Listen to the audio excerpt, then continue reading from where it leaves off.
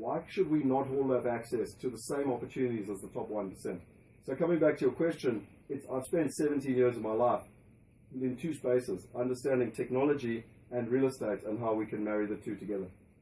That's pretty damn interesting. I mean, I think that a lot of people imagine that this is not something for them. You said it earlier. You said they think, oh, well, it's something for Branson. You know, he has an island in the Caribbean.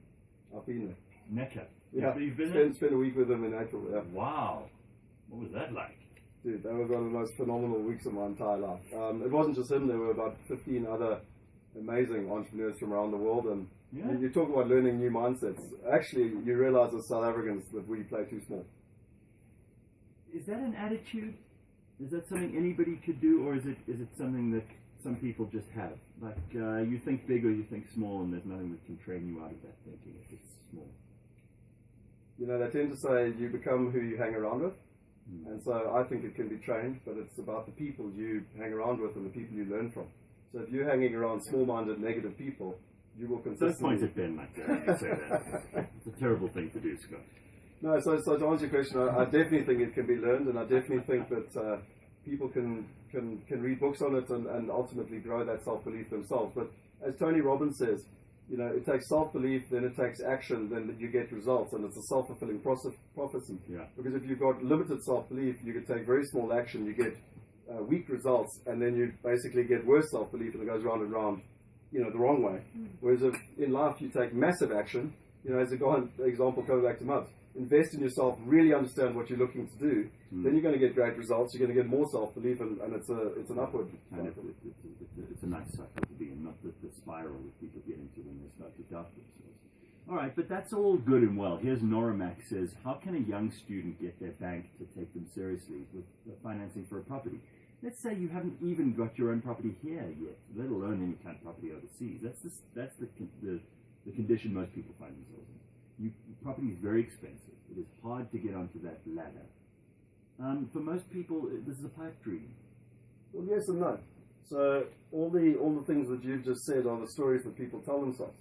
So at 19, we did our first property development down in Cape Town. We persuaded the landlord, he had a triple garage. We persuaded him to turn it into 2 bedrooms, 2 bathrooms. At 22, we did our first development in Rondebosch. We basically bought the land. My point being is you've got to think out the box.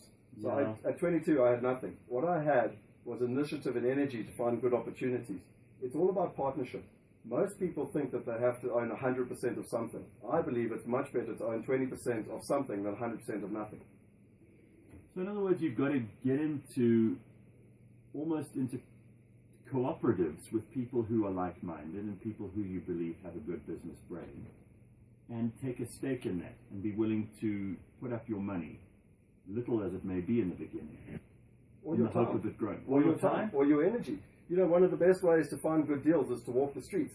So, you know, Dr. Dolph DeRoos talks about how to find a good deal, you've got to look at 100 properties, you've got to put an offer on 10, you've got to be accepted by 3 and only buy 1. That takes time. Yeah. Wealthy people don't have time, but they've got bank accounts or they've got access to credit. So it's just utilizing the value that you do have, 100%. whether that's time or whether that's money or whether that's expertise.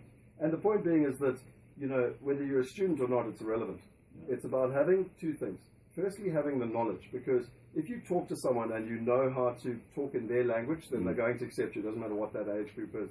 And the second thing is, again, having the self-belief to go out there and to create value. It doesn't matter how old you are. If you're creating value, people will respect that. A lot of people would want to know, where are your properties? What kind of value have you built over the years? So I started in South Africa, like I mentioned to you. I bought my first London property when I was 24 years old. And we started in Australia in 2008, and we started in America in 2012. So I invested on 4 different continents.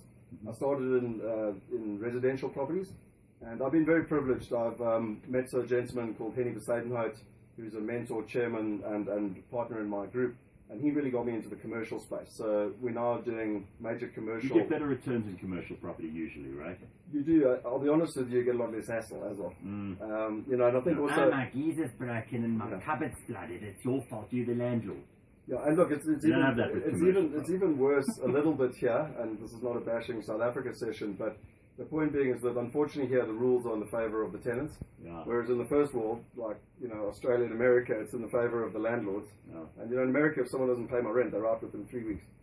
Yeah. So Here you have to get the red ants in. What kind of guidelines should I use when searching for places to invest in? Because say I like the sound of Abbottabad in Afghanistan.